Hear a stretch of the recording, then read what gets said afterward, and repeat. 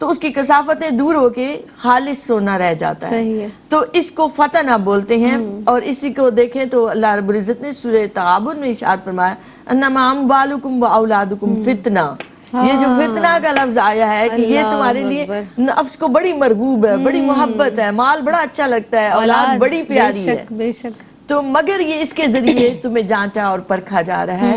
اور جب تم ان آزمائشوں پر پورا اترتے ہو مال اور اولاد کی, تو اس کا مطلب ہے کہ تم سے کثافتیں دور ہو گئی اور تم خالص سونے کی طرح خالص ہو گئے ہو, تمہارے اندر پیورٹی آ گئی ہے.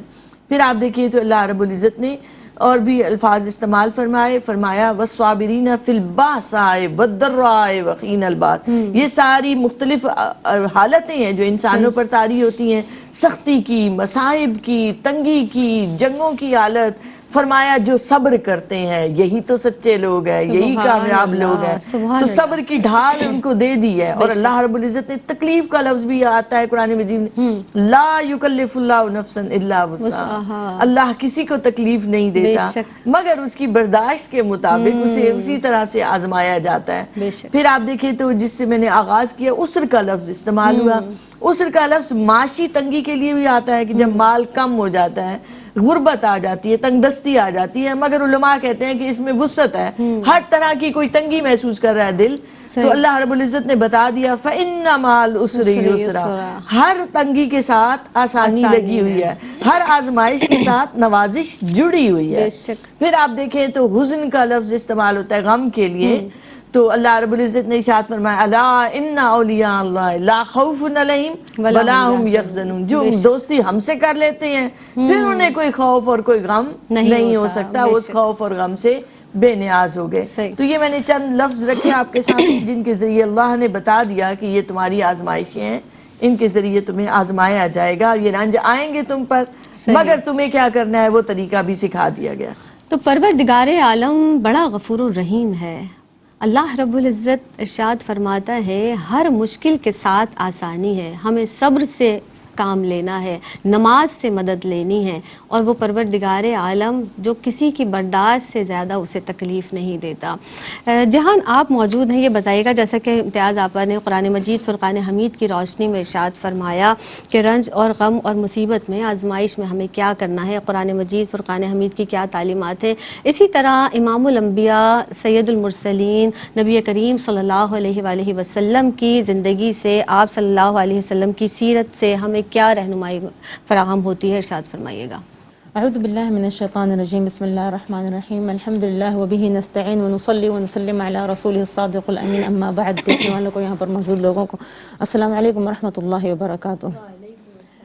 جیسے کہ رسول اللہ صلی اللہ علیہ وسلم کی اگر ہم بات کرتے ہیں یا ان سے پہلے بھی انبیاء کرام کی بات کرتے ہیں تو اللہ تعالیٰ جو ہے وہ انبیاء کرام کی الگ طریقے سے تربیت فرماتے ہیں. اس طریقے سے تربیت فرماتے ہیں کہ ان کے اوپر ایسے ایسی ابتلا آتی ہیں, ایسے ایسے امتحانات آتے ہیں کہ ان کو اس چیز کے لیے ٹرین کیا جاتا ہے کہ وہ اس کے پیچھے ایک حکمت ہوتی ہے کہ وہ کس طریقے سے ان کو ٹرین کر رہے ہیں کہ وہ آگے انہوں نے کون کون سے جو فرائض ہیں وہ سر انجام دینے ہیں اور کس طریقے سے اپنے آپ کو ایک نمونہ دکھانا ہے اور لوگوں کے لیے اور اپنی امت کے لیے اور رہتی دنیا تک رسول اللہ صلی اللہ علیہ وسلم کو جو زندگی ہے وہ ہمارے لیے ضابطہ حیات ہے.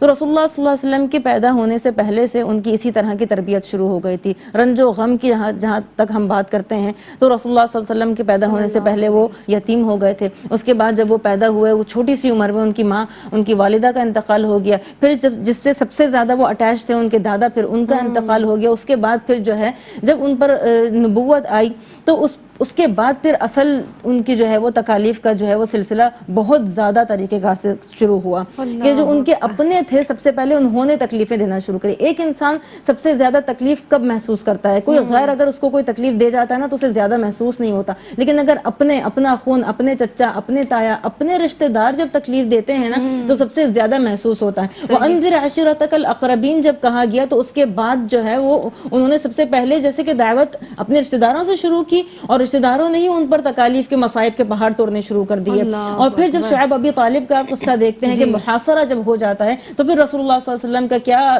جو ہے وہ صبر ہوتا ہے، کس طریقے سے اللہ پر توکل ہے، کس قدر اللہ تعالیٰ کے اوپر ایمان ہے کہ جو یہ مصائب ہیں یہ کس وجہ سے ہیں. یہ سارے صحابہ کرام کی بھی اس وقت تربیت ہو رہی تھی اور ان کو بھی کچھ چیزیں سکھائی جا رہی تھی جس کے پیچھے بہت بڑی بڑی حکمت تھی. پھر اس کے بعد آپ یہ دیکھیں شعیب ابی طالب کے فوراً بعد ہی جو ہے وہ حضرت ابو طالب کا انتقال ہو جاتا ہے، پھر حضرت خدیجہ الکبریٰ کا انتقال ہو جاتا ہے.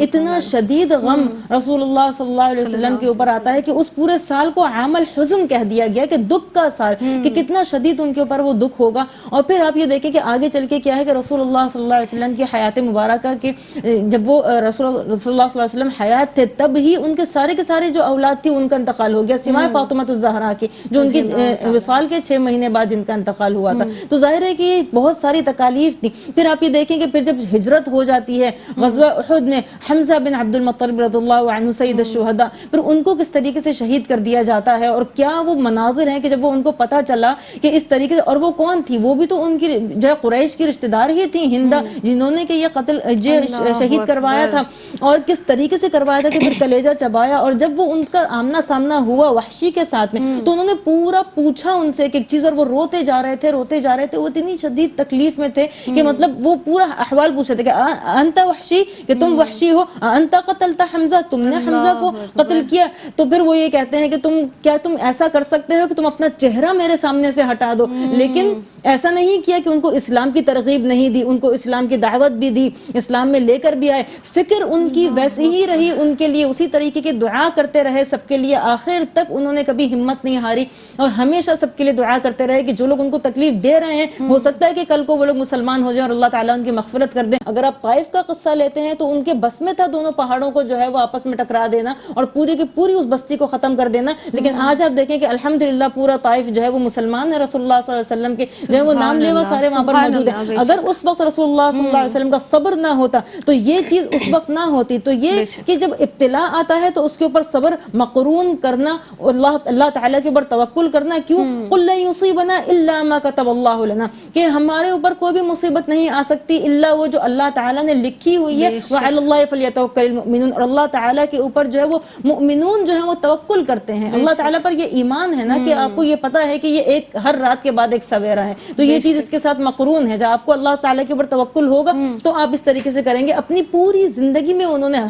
ہر جگہ پر ہمیں اس چیز کا جو ہے وہ درس دیا، اس چیز کا بتایا کہ اگر صبر کریں گے تو آگے اس کا پھل کیسا ہے، اس کے انجام کیسے ہیں، اس کے ثمرات کیسے ہیں. اور پھر یہ ہوا کہ ظاہر سی بات ہے کہ اب جزیرۃ العرب میں میجورٹی لوگ جو ہے وہ مسلمان ہیں اور اس وقت سے ہی الحمدللہ جو ہے وہ قبائل مسلمان ہونا شروع ہو گئے تھے. اگر رسول اللہ صلی اللہ علیہ وسلم کی تربیت اس طریقے سے نہ کی ہوتی، اللہ تعالیٰ نے ان کا صبر ایسا نہ ہوتا یا وہ اس طریقے سے تحمل نہ کرتے، تو پھر ظاہر ہے ہم تک تو کبھی دین پہنچ ہی نہیں سکتا تھا. کہ آج ہم لوگ بغیر کسی محنت کے مسلمان ہیں اور رسول اللہ صلی اللہ علیہ وسلم کا نام لے رہے ہیں، تو ہم نے تو کوئی محنت نہیں کی ہے. یہ تو اللہ کا کرم ہے کہ ہم تک یہ محنت، یہ جو نعمت ہے یہ ہم تک ملی ہے. تو یہ تو صرف ان کا صبر اور انہی کی وجہ سے اور انہی کی دعاؤں کا ثمر ہے کہ آج ہم لوگ جو ہے وہ الحمدللہ جو ہم سب مسلمان ہیں. الحمدللہ.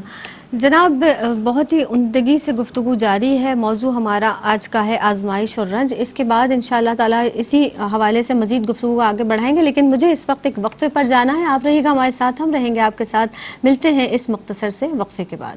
بسم اللہ الرحمن الرحیم. آپ دیکھ رہے ہیں پروگرام میری پہچان اور میں ہوں جناب آپ کی میزبان سیدہ زینب. ہمارے ساتھ موجود ہیں محترمہ امتیاز جاوید خاکوی صاحبہ اور ان کے ساتھ اگلی نشست پر تشریف فرمائے محترمہ جہان شاہ صاحبہ.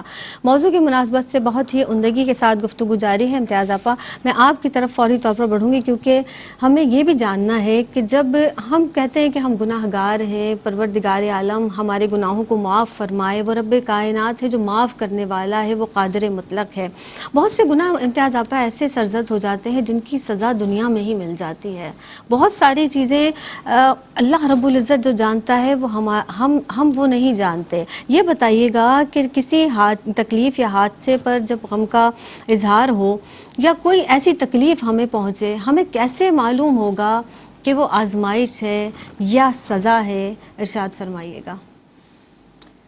دیکھیے زینب، ایک بنیادی بات یہ ہے کہ ہر فرد کو آزمائشوں سے گزرنا ہے. آپ غور کریں تو ایک بچہ پیدا ہوتا ہے نا تو تھوڑے ہی دنوں کے بعد سے اس کے پیٹ میں درد شروع ہو جاتا ہے، کسی نہ کسی سے وہ انداز سے تکلیفوں سے گزرنا شروع ہو جاتا ہے. اس سے کیا ہوتا ہے کہ اس کے اعضاء مضبوط ہوتے ہیں، وہ سہنے کی اس کو عادت پڑنی شروع ہو جاتی ہے۔ تو وہ رب جو 70 ماؤں سے کہیں زیادہ محبت کرتا ہے، بلکہ ماں کی محبت ہی کیا، جو رب اپنے بندوں سے محبت کرتا ہے۔ تو جب یہ بندے کو احساس ہوتا ہے کہ اللہ مجھ سے محبت کرتا ہے تو پھر اسے آزمائش نہیں لگتی۔ سادہ سا ایک جو کلیہ بتایا گیا سیدنا مولا علی کرم اللہ وجہہ کے قول کے حوالے سے کہ اگر جب رنج آتا ہے، کوئی آزمائش آتی ہے، اگر وہ تمہیں اللہ کے قریب کر دے تو وہ تمہارے لیے آزمائش ہے، اور اگر تمہیں اللہ سے دور کر دے تو وہ تمہارے لیے سزا ہے۔ اللہ اکبر۔ تو لیکن بیسیکلی بات یہ ہے کہ آپ نے گزرنا ہے ان آزمائشوں سے، اور اللہ نے طریقہ بھی بتا دیا۔ آپ اسی سورہ بقرہ کی انہی آیات پر غور کریں جن میں اللہ نے یہ ساری آزمائشیں بتائیں کہ تمہیں آزمایا جائے گا، خوف بھی ہوگا، کسی کو بھوک بھی آئے گی، کسی کو نقص اموال اور جانوں کا بھی، یہ سب ان سب سے تمہیں آزمایا جائے۔ ساتھ ہی بتایا فَاذْكُرُونِي أَذْكُرْكُمْ، تم مجھے یاد کرتے رہو، تم میرا ذکر کرتے رہو۔ پھر شکر کا بتایا، پھر اسی طرح صبر کا بتایا۔ ایک اور جگہ ارشاد باری تعالیٰ یا ایھا الذین آمنوا استعینوا بالصبر والصلاۃ، بے شک نماز اور صبر کے ذریعے اللہ سے مدد مانگا کرو جب بھی کوئی ایسا موقع آ جائے۔ تو مدد اس سے مانگنی ہے تو آپ نے صبر کو اللہ نے ایک ایسی ڈھال کی طرح آپ کو عطا کر دیا ہے۔ جیسے کوئی ہتھیار کوئی آپ پر حملہ کرے تو آپ ڈھال آگے کرتے ہیں، جو اصول ہوتا ہے۔ تو اللہ نے ایمان والوں کو صبر کی ڈھال عطا کر کے پھر آزمائشوں میں ڈالا کہ اب تم اس سے نکل آؤ گے آسانی کے ساتھ۔ پھر آپ دیکھیں تو الحمدللہ اہل ایمان میں خودکشی کا کم ہوتا تھا، ڈپریشن کی گولیاں کم کھائی جاتی تھی جب آپ دنیا کے بالمقابل دیکھتے تھے، کیونکہ یہ ایمان والے گھبراتے نہیں تھے۔ آج تو ہم دین سے دور ہوتے چلے جا رہے ہیں، جو ہماری گھبراہٹیں شروع ہو گئی ہیں۔ اب جتنا ایمان رکھتے ہیں، دیکھیے اللہ نے فرما دیا فَإِنَّ مَعَ الْعُسْرِ يُسْرًا، ایک بار فرمایا، دوبارہ پھر فرمایا إِنَّ مَعَ الْعُسْرِ يُسْرًا۔ اس تنگی کے ساتھ جڑی ہے تمہارے لیے نوازش، یہ جو آئی ہے تمہارے اوپر، اس کے ساتھ ساتھ نوازش بالکل اس سے متصل ہے۔ تو جب انسان یہ سوچتا ہے، میں تو اسے یوں تصور کرتی ہوں کہ دیکھیں آپ جیسے آپ ایک دو دھاری تلوار جیسے پل پر آپ کھڑے ہیں، آپ نے سوچ اپنی پوزیٹیو کر لی تو آپ انعامات کے حقدار ہو گئے۔ اگر آپ سوچ میں آپ نیگیٹو ہو گئے تو آپ نے دوسری طرف یہ آزمائش تھی، اسے آپ نے اپنے لیے مصیبت بھی بنا لیا، اسے عذاب تک آپ لے گئے اپنی سوچ کی وجہ سے۔ لیکن اگر آپ نے جس وقت آزمائش آئی تو آپ نے یہ سوچا کہ یہ دنیا کی آزمائش تو معمولی سی ہے، یہ انتہائی چھوٹی سی ہے، اللہ آخرت کی تکالیف سے بچا لے، اس سے میں گزر جاؤں۔ بہت سارے ایسے گناہ ہیں کہ جو توبہ سے بھی نہیں معاف ہوتے، لیکن آزمائشوں میں جب بندہ صبر کرتا ہے تو وہ اتنا پاک صاف ہو جاتا ہے، اس کے وہ گناہ بھی معاف ہو جاتے ہیں۔ تو آپ سوچیں ذرا، پھر آزمائش تو ہمارے لیے نوازش ہی ہے در حقیقت، اگر ہم سوچیں تو۔ پھر آپ دیکھیں تو آپ نے سوچ لیا کہ یہ اللہ کی طرف سے مجھے آزمایا جا رہا ہے اور میں نے پیپر اچھا سا دینا ہے۔ اور جب آپ نے یہ سوچ لیا کہ اچھا سا پیپر دینا ہے تو اچھے سے پیپر دینے کا کیا مطلب ہے؟ ذکر زیادہ کرنا ہے، نماز زیادہ پڑھنی ہے، نیکیوں اور بھلائیوں میں زیادہ لگ جانا ہے۔ اور آپ دیکھیں تو وقت بذات خود ایک بہت بڑا مرہم ہے، تو یہ آپ کے لیے آزمائش سے آپ فوراً نکل آئیں گے۔ پھر ایک اور طریقہ اللہ نے بتا دیا، الذین اذا اصابتہم مصیبۃ قالوا انا للہ و انا الیہ راجعون۔ آپ غور تو کریں، اللہ نے فرما دیا، بتا دیا طریقہ بھی کہ جب بھی آئے آزمائش تو آپ نے کیا کہنا ہے۔ خواہ وہ ہم تو صرف مرنے پر کسی کی یہ کلمہ کہتے ہیں، کچھ بھی نقصان ہو جائے تو اللہ نے بتا دیا تو آپ فوراً کہیں انا للہ و انا الیہ راجعون۔ جو کچھ ملا ہے وہ بھی تو اللہ ہی کی طرف سے، اگر چلا گیا ہے تو اللہ ہی کی مرضی، تو اب مجھے فکر مند ہونے کی ضرورت نہیں ہے۔ تو اس کو میں تو کہتی ہوں کہ آپ 3 دن تک اس کو کلمے کو ہی دہراتے رہیں تو آپ کے دل کو صبر مل جاتا ہے۔ جتنا بھی بڑے سے بڑا نقصان ہوگا اللہ اس سے بہتر، کہیں بہتر آپ کو عطا کرنے پر قادر بھی ہے، اور وہ دے بھی سکتا ہے اور وہ دے گا بھی صحیح۔ اگر آپ نے اس کے ساتھ تعلق اپنا جوڑے رکھا تو آزمائش نعمت میں بدل جائے گی۔ پھر آپ اگر 3 دن تک آپ اس کلمے کو رکھتے ہیں، 3 دن بعد آپ کہنا شروع کریں حسبنا اللہ و نعم الوکیل، اللہ کافی ہے، اللہ کافی ہے۔ اور ابھی جیسے جہان نے بھی کہا کہ اللہ نے بتا دیا فَلْيَتَوَكَّلْ، ڈٹ جاؤ، بھروسہ مجھ پہ کر کے دیکھو۔ تو بھروسہ اس پر ہے، یقین اس پر ہے، تو گھبرائے نہیں پھر آزمائش آئی ہے تو پھر آپ اس سے بہت آسانی کے ساتھ نکل جائیں گے۔ بس ہمارے ہاں تو یہ ہوتا ہے کہ ہم یہ کہنا شروع کر دیتے ہیں کہ یہ مصیبت میرے لیے ہی رہ گئی، اللہ اکبر، استغفر اللہ استغفر اللہ۔ اللہ پاک ایسے کلمات سے ہماری زبانوں کو محفوظ رکھے۔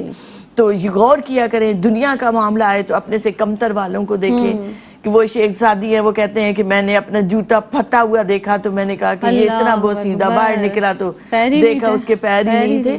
تو اپنے سے کمتر والے کو دیکھیں تو احساس ہوتا ہے کہ نہیں، اللہ نے بہت کچھ عطا کیا، اللہ میں شکر گزار بندوں. آمین. یہ جو فطری عمل ہے، اگر کوئی پریشانی آتی ہے، کسی کو کوئی مصیبت آتی ہے کسی پر، اس کا اظہار جہان فطری عمل ہے. لیکن اگر ہم اس سوال کو اس طرح ریلیٹ بھی کریں، جیسا کہ ابھی امتیاز آپا نے بھی کہا کہ کوئی ہمارا عزیز دنیا سے رخصت ہو جاتا ہے، تو ہم اس کو بہت زیادہ، کبھی کبھی خواتین ہماری بہنیں بہت زیادہ رونا یا بہت زیادہ چیخنا چلانا، یہ چیز بھی کبھی کبھی دیکھنے میں آتی ہے. رونا ایک آنسو ہے، فطری عمل ہے. کوئی جدا ہوتا ہے تو ظاہر ہے تکلیف کا عمل ہے. آداب کیا ہیں ایمان والوں کو ایسے موقع پر کن آداب کا خیال رکھنا چاہیے جب کوئی بھی پریشانی آئے؟ اعوذ باللہ من الشیطان الرجیم، بسم اللہ الرحمن الرحیم. رسول اللہ صلی اللہ علیہ وسلم سے زیادہ تو کسی کے اوپر کوئی آزمائش نہیں آ سکتی، آئی ہی نہیں ہے اور نہ ہی کبھی آ سکتی ہے.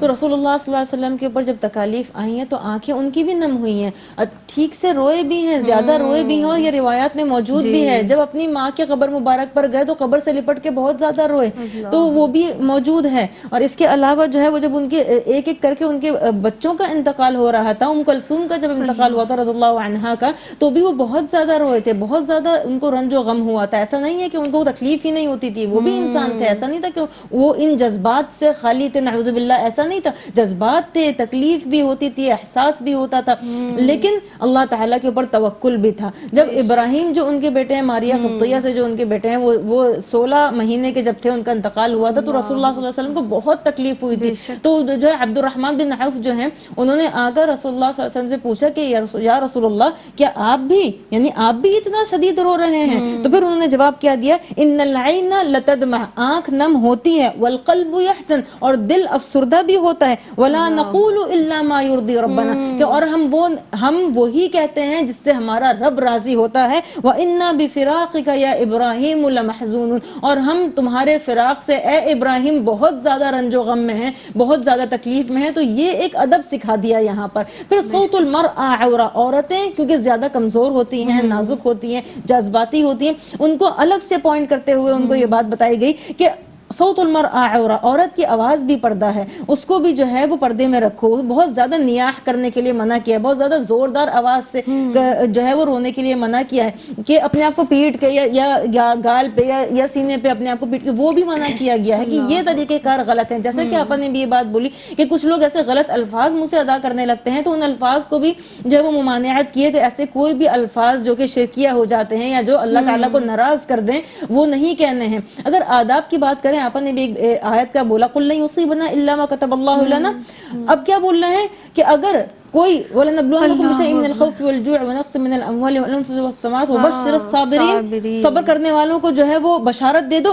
الَّذِينَ إِذَا أَصَابَتْهُمْ مُصِيبَةٌ قَالُوا إِنَّا لِلَّهِ وَإِنَّا إِلَيْهِ رَاجِعُونَ. اس کی میں ڈیفینیشن تھوڑی سی دینا چاہتی ہوں کہ قرآن جو ہے وہ معجزہ ہے، ہر بات اس میں کوئی نہ کوئی اعجاز کے ساتھ کی جاتی ہے. إِنَّا لِلَّهِ، ہم اللہ ہی کے ہیں، وَإِنَّا إِلَيْهِ رَاجِعُونَ، اور اللہ ہی کی طرف پلٹ کر جانا ہے. تو پھر دکھ کس بات کا ہے؟ جو گیا ہے اس کے بعد آپ کی بھی باری ہے، اس کے بعد آپ نے بھی جانا ہے. اگر ہاتھ سے مال چلا گیا یا کوئی تکلیف آئی ہے، بیماری آئی ہے، کچھ بھی ہے، اگر آپ یہ سوچیں کہ ہمارا اینڈ کیا ہے، انا للہ و انا الیہ راجعون، یہ تو ہے نا، یہ تذکیر ہے، یہ بیسیکلی ہمیں یاد دلایا جاتا ہے رنج و غم کے وقت کہ اگر کوئی بھی آپ کو مصیبت آئی ہے، ایک کہتے ہیں کانٹا بھی لگتا ہے تو اللہ اس پہ اجر دیتا ہے، تو اس پر ایمان رکھے نا کہ پھر پلٹ کے کہاں جانا ہے، اللہ ہی کی طرف تو جانا ہے. یہ زندگی تو کبھی نہ کبھی ختم ہی ہو جائے گی، کہ جیسے کہ وہ انہوں نے اپنی انگوٹھی کے اوپر لکھوایا کہ یہ وقت بھی بدل جائے گا، تو مطلب وقت تو کبھی ایک سا نہیں رہے گا. رات اور دن کے کانسیپٹ کو بھی اس لیے دیا گیا کہ تبدیلی ہے زندگی میں، کبھی اچھا ہوگا کبھی برا ہوگا، اور جب پلٹ کے اللہ تعالیٰ کی طرف جانا ہے تو پھر کسی قسم کی کوئی تکلیف کی، کوئی رنج و غم کی اتنی زیادہ کوئی بات نہیں، کیونکہ ایک تسلی اللہ تعالیٰ نے ہم کو پہلے ہی دے دی ہے کہ بھئی پریشان مت ہو، میں نے تمہارے لیے بہت کچھ رکھا ہوا ہے. تو اگر یہ سوچ لو اور یہ سوچ لو کہ جو یہ گیا ہے اس سے عنقریب میری ملاقات ہونے والی، بہت اچھے حالوں میں اگر میں اس پہ صبر کروں گا تو پھر تسلی تو خود بخود ہی آ جائے گی. پھر ایک دعا سکھا دی رسول اللہ صلی اللہ علیہ وسلم نے کہ دعا کیا بولنی ہے؟ اللہم انی اعوذ بک من الہم والحزن، اے اللہ میں تیری پناہ مانگتا ہوں کہ مجھے جو ہے وہ کوئی دکھ اور تکلیف ہو، واعوذ بک من العجز والکسل، کہ میں جو ہوں وہ کسلان ہو جاؤں یا میں جو ہوں وہ صحیح سے کام نہیں کر سکوں، عاجز ہو جاؤں، واعوذ بک من الجبن والبخل، کہ میں جبان ہو جاؤں، میں کیا نام ہے بخیل ہو جاؤں اس سے، واعوذ بک من غلبۃ الدین وقہر الرجال، کہ میں کسی بھی جو ہے وہ دین سے، کسی بھی قرضے سے جو ہے وہ میں مغلوب ہو جاؤں اور جو ہے وہ لوگ مجھ پر حاوی ہو جائیں۔ تو یہ دعا بھی سکھا دی رنج و غم کے وقت کہ اس سے پھر آپ ابھر کے آ جائیں گے۔ بے شک بے شک، یعنی آپ دیکھیے کہ ہمارے والدین، ہماری اولاد، ہمارے پاس جو مال اسباب ہے یہ سب اللہ ہی کی تو امانت ہے،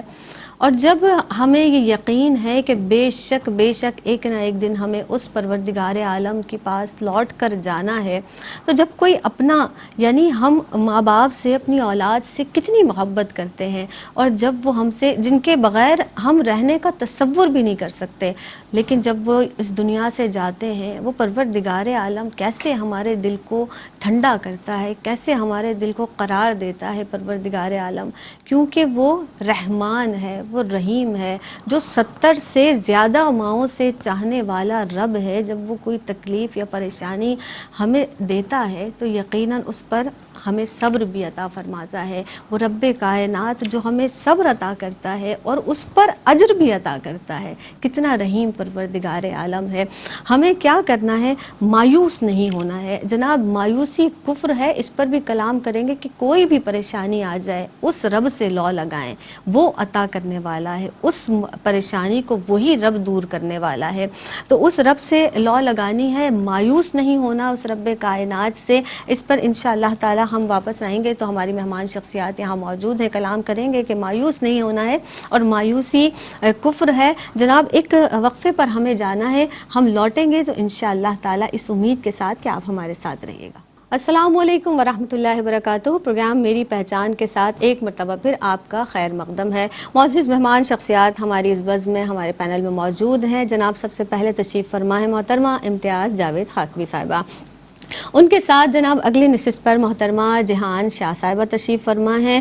امتیاز آپا، جیسا کہ میں نے وقفے پہ جانے سے قبل بھی اپنے ناظرین کے سامنے یہ بات پیش کی کہ مایوسی کفر ہے، مایوس نہیں ہونا چاہیے، دین اسلام میں مایوسی سے منع کیا گیا ہے، اس پر کچھ آپ روشنی ڈالیے گا۔ دیکھیے زینب، انسان مایوس کب ہوتا ہے؟ جب وہ بالکل نا امید ہو جاتا ہے اور اس کی سوچ بالکل منفی لیول پر چلی جاتی ہے، تو پھر اس کے اندر یہ مایوسی جنم لیتی ہے۔ اللہ رب العزت نے سورہ یوسف میں ارشاد فرمایا اِنَّهُ لَا يَيْأَسُ مِن رُوحِ اللَّهِ إِلَّا الْقَوْمُ الْكَافِرُونَ، کہ کافر ہیں جو مایوس ہوتے ہیں، ایمان والے مایوس نہیں ہوتے۔ بے شک، صاف اور واضح لفظوں میں فرما دیا کہ جس کے پاس مایوسی آ رہی ہے اس کا ہمارے پہ ایمان نہیں ہے، وہ کفر میں چلا گیا ہے، کفر والا ہے جو اتنا مایوس ہو رہا ہے۔ پھر ایک اور لفظ استعمال ہوتا ہے قانتا۔ قانتا کا مطلب ہوتا ہے کہ آس ہی توڑ دینا، امید ہی نہ رہی بالکل بندے کے اندر، اور اس سے بھی منع فرمایا گیا۔ ایک جگہ ارشاد ہے لا تقنطوا من رحمت اللہ، اللہ کی رحمت سے آس مت توڑو، مایوس مت ہو جاؤ۔ اور ایک اور جگہ فرمایا کہ جب انہیں کوئی تکلیف پہنچتی ہے فَيَئُوسٌ قَنُوطٌ، تو وہ آس ہی توڑ بیٹھتے ہیں مایوسی کے ساتھ۔ ایسا کیوں کرتے ہوئے ہے ایمان والو؟ پھر آپ دیکھیے تو ابلیس کا لفظ ہے، ابلیس، اس کا نام کیوں ابلیس ہے؟ اس کا بھی کہتے ہیں کہ عربی میں ابلاسا کہتے ہیں کہ مایوسی میں اتنا زیادہ نافرمان ہو جانا۔ تو یہ ابلیس کی چونکہ کیفیت ایسی ہو گئی تھی جب حضرت آدم علیہ السلام کو بنایا اللہ رب العزت نے، تو اس لیے اس کا نام ابلیس پڑ گیا۔ گویا آپ یہ غور کریں کہ مایوس ہونا، مایوس ہو کے پھر نافرمانی میں چلے جانا، یہ شیطنت ہے، شیطانی راہیں ہیں۔ پھر اللہ نے بتا دیا کہ یہ کفار کی علامت ہے، وہ مایوس ہو جاتے ہیں۔ پھر اللہ نے بتا دیا میری رحمت ہے، رحمت للعالمین، اللہ نے بنا دیا حضور کو، تو مایوس نہیں ہونا، لا تقنطوا۔ پھر آپ دیکھیں تو مایوس انسان کب کب ہوتا ہے؟ ایک میں نے کہا کہ جب وہ نا امید ہو جاتا ہے اور منفی سوچیں اس کے اندر غالب آ جاتی ہیں۔ ہمیں منفی سوچ اپنے اندر آنے ہی نہیں دینی۔ انسان کو بیماری کا خوف رہتا ہے، موت کا خوف رہتا ہے، حادثوں کا خوف رہتا ہے۔ جب انسان بوڑھا ہو جائے تو اسے یہ لگتا ہے کہ میرے ساتھ پتہ نہیں کیا ہو جائے گا، بچے توجہ نہیں دے رہے مجھ پر، مالی تنگی آ گئی تو وہ مایوسی کا شکار ہو جاتا ہے۔ اسی طرح سے کچھ چھن گیا اس سے، اولاد یا مال یا گھر بار یا دنیاوی جو بھی مال متا، تو اس پر وہ انتہائی زیادہ نا امید ہو جاتا ہے. پھر کب ہوتا ہے؟ جب اس سے کوئی احساس گناہ بڑھ جاتا ہے، احساس جرم اسے ستاتا ہے، تو وہ مایوس ہو جاتا ہے کہ میں اس میں سے کیسے نکل سکتا ہوں. تو دیکھیں اللہ رب العزت نے 24 آور توبہ کے دروازے کھلے رکھے، بے شک. رحمت کے دروازے کھلے ہیں. تو اس احساس سے باہر آنا ہے ہمیں اپنے بچوں کو شروع سے یہ سکھانا ہے کہ اللہ رب العزت کی بارگاہ کبھی مایوس نہیں کرتی بندے کو. بندہ جب بھی آ جائے، اس اللہ نے تو فرمایا کل یا عبادی الذین اسرفوا علی انفسہم، اللہ اکبر. کہ اے محبوب آپ اپنی زبان مبارک سے فرمائیے میرے بندو. اب پہلا لفظ ہی اتنا خوبصورت ہے، اتنا قرآن مجید کا. میرے بندو کہاں جاتے ہیں اور کن سے مخاطب ہوا جا رہا ہے یہاں؟ جنہوں نے نافرمانیاں کی ہیں، جن نے معصیت کی ہے، گناہ گار ہیں، خطا کار ہیں، پھر بھی اللہ کہہ رہا ہے کہ میرے ہیں. بندو. آپ دیکھیں تو دنیا میں ہم اس بندے سے منہ موڑ لیتے ہیں کہ جس پر کوئی جرم ثابت ہو جائے تو ہم تو دنیا والوں کے سامنے کہتے ہیں یہی تو، اس سے تو میرا رشتہ ہی نہیں ہے، میرا تعلق ہی نہیں ہے. ہم ایسے اس سے بری ذمہ ہو جاتے ہیں، میرے سے کوئی واسطہ نہیں. اور اللہ نافرمانوں گناہ گاروں کو بلاتے ہوئے فرما رہا ہے یا عبادی، اے میرے بندو، یا عبادی الذین اسرفوا علی انفسہم، تم نے ظلم اپنے اوپر ہی کیے، جو بھی گناہ کیے اللہ کا تو کوئی کچھ نہیں بگاڑ سکتا. ہم نافرمانیاں کر رہے ہیں تو ہم اپنا نقصان کریں، اپنی آخرت خراب کریں. پھر فرمایا لا تقنطوا من رحمت اللہ، اللہ کی رحمت سے مایوس نہ ہو، اب بھی میں بلا رہا ہوں. تو اللہ رب العزت اس طرح سے جب بلا رہے ہیں اپنے گناہ گاروں کو تو ہم کیوں مایوس ہوں؟ پھر آپ یہ دیکھیں تو آج بھی ہمارے پاس جو کچھ ہے، ہمیں اگر آرام میں ہیں، ہم اگر سکون میں ہیں، اگر ہم ہنسی میں ہیں، ہم آسائشوں میں ہیں، کس کی عطا کردہ ہے؟ اللہ ہی کی عطا کرتا ہے. جو آج دے رہا ہے وہ بڑھاپے میں بھی دے گا، وہ جنگلوں میں بھی دے گا، وہ صحراؤں میں بھی دے گا، وہ دیہاتوں میں بھی دے گا، وہ سفر میں بھی دے سکتا ہے. اس کے لیے کچھ بھی مشکل نہیں ہے. ہمارا کیا کام ہے؟ نیت کو بھی درست رکھنا، عمل کو بھی درست رکھنا. یہ دو چیزیں آپ درست کرنا شروع کر دیں، باقی آپ نتائج اللہ پر چھوڑیں. اور اللہ سے حسن ظن رکھنا واجب ہے مومن پر، بے شک لازم ہے اس پر کہ وہ اللہ کی طرف اچھا گمان رکھے. آپ اچھے گمان سے اس پر بھروسہ کر کے دیکھیں، اپنا رب کہہ کر دیکھیں اور اپنے رب کو پکارتے ہوئے دیکھیں. آپ کو اندر ہی آپ کے بہار ہی بہار مچ جائے گی، آپ ان مایوسیوں سے نکل آئیں گے. جیسے میں نے پہلے کہا کہ الحمدللہ اہل ایمان میں خودکشی نہیں ہوا کرتی تھی، مگر اب ہمارے معاشرے کو کیا ہو گیا؟ ہمارے یہاں سب سے زیادہ ڈپریشن کی گولیاں بک رہی ہیں. آپ وہ میڈیسن میں دیکھیں تو کیوں ہم ڈپریس ہونے لگ گئے؟ ہم کیوں مایوس ہونے لگ گئے؟ ہم ایمان والے ہیں، اتنی بڑی طاقت ہے، اس طاقت کو محسوس کریں ہم کہ اللہ ہمارا ہے، حضور اچھا ہمارے. یہ جو آپ نے ڈپریشن کی بات کی نا امتیاز آپا، یہ رب کائنات جو آپ نے ارشاد فرمایا ابھی کچھ دیر پہلے کہ تم مجھ سے جیسا گمان رکھو گے میں تمہارے ساتھ ویسا معاملہ کروں گا، وہ ہمارے گمانوں کے ساتھ ہے. اب اللہ رب العزت کی رحمت سے مایوس نہ ہو، ایک تو یہ بات. دوسری بات یہ ارشاد فرمائیے گا کہ جب کوئی پریشانی آتی ہے، مصائب کا شکار ہوتا ہے انسان، تو ظاہر ہے وہ ایک ڈپریشن کا ایک اسٹریس ہو جاتا ہے اس کی شخصیت کے، پوری شخصیت کے اوپر انزائٹی ہو جاتی ہے بہت سارے لوگوں کو. یہ فرمائیے گا کہ یہ جو ڈپریشن کی مختلف قسمیں ہیں، اب یہ بہت عام ہیں. جب کوئی پرابلم ہو جائے، دین اسلام کی کیا تعلیمات ہیں، کیسے رہنمائی کرتا ہے دین اسلام ہمارے ناظرین کو، ہماری بہنوں کو کچھ بتائیے گا.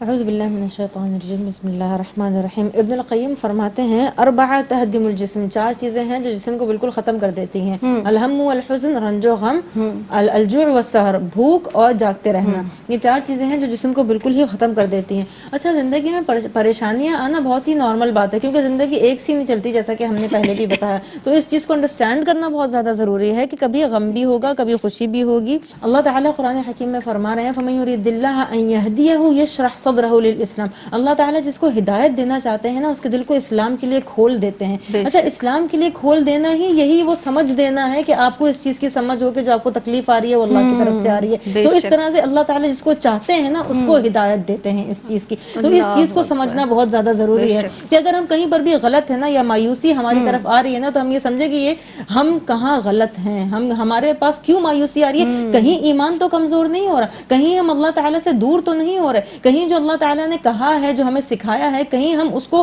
نہیں فالو کر رہے تبھی تو یہ ساری چیزیں ہم تک آ رہی ہیں. فمن اتبع ہدایا فلا یضل ولا یشقى. اب جو میری ہدایت کے اوپر چلے گا نہ تو وہ ضلال ہوگا، نہ وہ بھٹکے گا، نہ ہی وہ شقاوت اس پر آئے گی، نہ ہی کوئی پریشانی آئے گی، کہ جس نے میری جو دی ہوئی ہدایت ہے اس پر چلنا شروع کیا. اب آیا واستعینوا بالصبر والصلاۃ. اس میں کیا مصلحت ہے؟ صبر سے اور صلاح. صلاح عربی میں دو چیزوں کو کہتے ہیں، نماز کو بھی کہتے ہیں اور صلاح علی النبی بھی کہتے ہیں. اگر آپ نماز پڑھ رہے ہیں اور آپ کو جب کوئی تکلیف ہو رہی ہے تو سب سے پہلے آپ صلاۃ الحاجات پڑھ سکتے ہیں. آپ ویسے ہی کوئی 2 رکعت نفل نماز پڑھ سکتے ہیں. اس سے 2 فائدے ہوں گے. ایک تو سب سے اہم، سب سے ضروری فائدہ یہ کہ اللہ تعالیٰ سے کنیکشن ہوگا. نماز کیا ہے؟ کہ اللہ تعالیٰ سے بات چیت ہو رہی ہے، کہ اللہ تعالیٰ سے ہم بات کر رہے ہیں. یہ نماز ہے. علی رضی اللہ عنہ فرما رہے ہیں اللہ تعالیٰ سے جب بات کر کے اپنا دکھ بتا دیا تو پھر آپ کو کسی سے بات کرنے کی کیا ضرورت ہے؟ تو پھر آپ کو کسی کی طرف لو لگانے کی ضرورت نہیں، کسی سے امید لگانے کی ضرورت ہی نہیں ہے. اللہ تعالیٰ سے بات چیت ہو گئی ہے تو اللہ تعالیٰ سے کنیکشن ہو گیا، تو ایک تسلی وہاں سے آ گئی. دوسری چیز یہ کہ نماز ایک فزیکل ایکٹیویٹی بھی ہے، تو اللہ تعالیٰ نے یہ گاہے بگاہے ہمارے جسم کو بھی ٹرین کرنے کے لیے بتایا. نماز پڑھیں یا روزہ رکھیں یا عبادات کرتے ہیں، ذکر اذکار کرتے ہیں، تو ظاہر ہے اس میں ایک فزیکل ایکٹیویٹی بھی ہے. تو یہ بھی بتا دیا کہ جسم کے لیے فزیکل ایکٹیویٹی ضروری ہے، جس سے کہ آپ ریلیکس ہوتے ہیں، آپ کا مائنڈ ریلیکس ہوتا ہے. آپ ڈفرینٹ طریقے کار کی ایکسرسائزز کریں جس سے کہ آپ انزائٹی سے نکل سکتے ہیں، ڈپریشن سے نکل سکتے ہیں. اس کا بہت بہترین افیکٹ پڑتا ہے آپ کی باڈی کے اوپر. تو یہ 2 چیزیں ہیں اس میں جو ہے وہ اس طریقے سے آ رہی ہیں. پھر کیا چیز ہے؟ قرآن تلاوت. القرآن. نماز یہ کہ آپ اللہ تعالیٰ سے بات کر رہے ہیں، قرآن یہ کہ اللہ تعالیٰ آپ سے بات کر رہے ہیں، تو دونوں ہی چیزیں بہترین ہیں. یا ایھا الذین آمنوا قد جاءتکم موعظۃ من ربکم. اے ایمان والو، اللہ تعالیٰ کی طرف سے تم کو موعظہ آئی ہے، تم کو ایک اشارہ آیا ہے، تم کو ایک سمجھ دی گئی ہے. کیا؟ وشفاء لما فی الصدور وہدی ورحمۃ للمؤمنین. اور کیا؟ شفاء لما فی الصدور، کہ دلوں کے لیے شفا ہے. یہ جو سینوں میں پوشیدہ ہے، تمہارے رنج و غم، تمہاری تکلیفیں جو سینوں میں پوشیدہ ہیں، جو صرف اللہ تعالیٰ کو بھی پتا ہے نا، شہرک سے بھی زیادہ قریب ہے. تو پھر جو تمہارے دلوں میں پوشیدہ غم ہے، تکلیف ہے، جو تم کسی سے بیان بھی نہیں کر سکتے. کئی دفعہ تو بہت ساری ایسی تکالیف ہوتی ہیں جو ہم دنیا کے سامنے ظاہر بھی نہیں کر سکتے، کسی سے شیئر بھی نہیں کر سکتے، لیکن اللہ تعالیٰ کو تو پتا ہے نا. وہدی ورحمۃ للمؤمنین. قرآن پڑھو نا تو پھر تمہیں ہدایت بھی ملے گی اور رحمت بھی ملے گی. ورحمۃ للمؤمنین. مؤمنین کو وہ جو ایمان رکھتے ہیں اللہ تعالیٰ کے اوپر، جن کو اللہ تعالیٰ کی دی ہوئی ابتلا کے اوپر پورا ایمان ہے کہ یہ کسی مصلحت سے دی گئی ہے، یا تو ابتلا ہے یا امتحان ہے، اس سے درجات بلند ہوں گے یا گناہ معاف ہوں گے. دونوں ہی بہت اچھی چیزیں ہیں. اس کے علاوہ کہ اللہ تعالیٰ نے نمازوں کے ذریعے ٹائم مینجمنٹ کس طریقے سے کیا، تو اللہ تعالیٰ نے کہا اس وقت سو، اس وقت اٹھو. اگر آپ اپنی پوری زندگی کو اس طریقے سے گزارتے ہیں، یا پراپر سلیپ لے رہے ہیں، تو آپ تہجد سے اٹھ رہے ہیں، پھر آپ فجر پڑھ رہے ہیں، اشراق پڑھ کے سو رہے ہیں، یا اشراق پڑھ کے اپنی باقی زندگی کے معاملات کر رہے ہیں، تو اس طرح بھی آپ ڈپریشن سے نکل جائیں گے، کیونکہ آپ کی پوری زندگی اسی حساب سے مینج ہو گئی ہے نا. لوگ مجھ سے پوچھتے ہیں ہم ڈائٹ کنٹرول کیسے کریں، ہم اس سے بھی لوگوں کو ڈپریشن ہے آج کل. وہ کس طریقے سے؟ میں کہتی ہوں اپنی زندگی کو سنت کے مطابق لے کر آ جاؤ، ڈائٹنگ ہو جائے گی، سارے کے سارے کام ہو جائیں گے، ہر چیز بہترین ہو جائے گی. پہلے ہو جاؤ اس طرح سے تو یہ ساری چیزیں پاس آئیں گی ہی نہیں، کسی قسم کی کوئی بھی تکلیف. بے شک بڑی عمدگی سے آپ نے ارشاد فرمایا. آپ دونوں مہمان کی آمد کا بہت بہت شکریہ. امتیاز آپا آپ تشریف لائیں، جہان شاہ آپ تشریف لائیں، آپ کی آمد کا بہت شکریہ. بس آخر میں صرف یہ کہنا چاہیں گے کہ جناب یہ جو اللہ پر یقین ہے کہ وہ پروردگار عالم جو ہماری شہرک سے زیادہ قریب ہے، جو جانتا ہے کہ ہمیں کیا تکلیف ہے، کیا پریشانی ہے، بس اس کے حضور سجدہ ریز ہو کر اس رب کائنات کو اپنی ہر پریشانی بیان کر دیں. پھر اس کے بعد ہمیں کسی اور سے کوئی بات کرنے کی، کسی بھی فکر کی ضرورت نہیں. جب ہم نے اپنی ساری پریشانیاں، ساری مشکلات اس رب کائنات کے حضور سونپ دیں کہ تو ہی تو میرا مولا ہے، تو ہی تو پاک پروردگار ہے، تو ہی تو دینے والا ہے، بس رب کائنات تیرے حضور تیرا بندہ، کتنا ہی گناہ گار ہوں لیکن ہوں تو تیرا بندہ، بس تو مجھے اس مشکل سے نجات عطا فرما. تو وہ رب کائنات یقیناً بے شک آپ کو ان تمام مشکلات سے نجات عطا فرمائے گا. اس کے ساتھ ہی اپنی میزبان سیدہ زینب کو دیجیے گا اجازت. فی امان اللہ.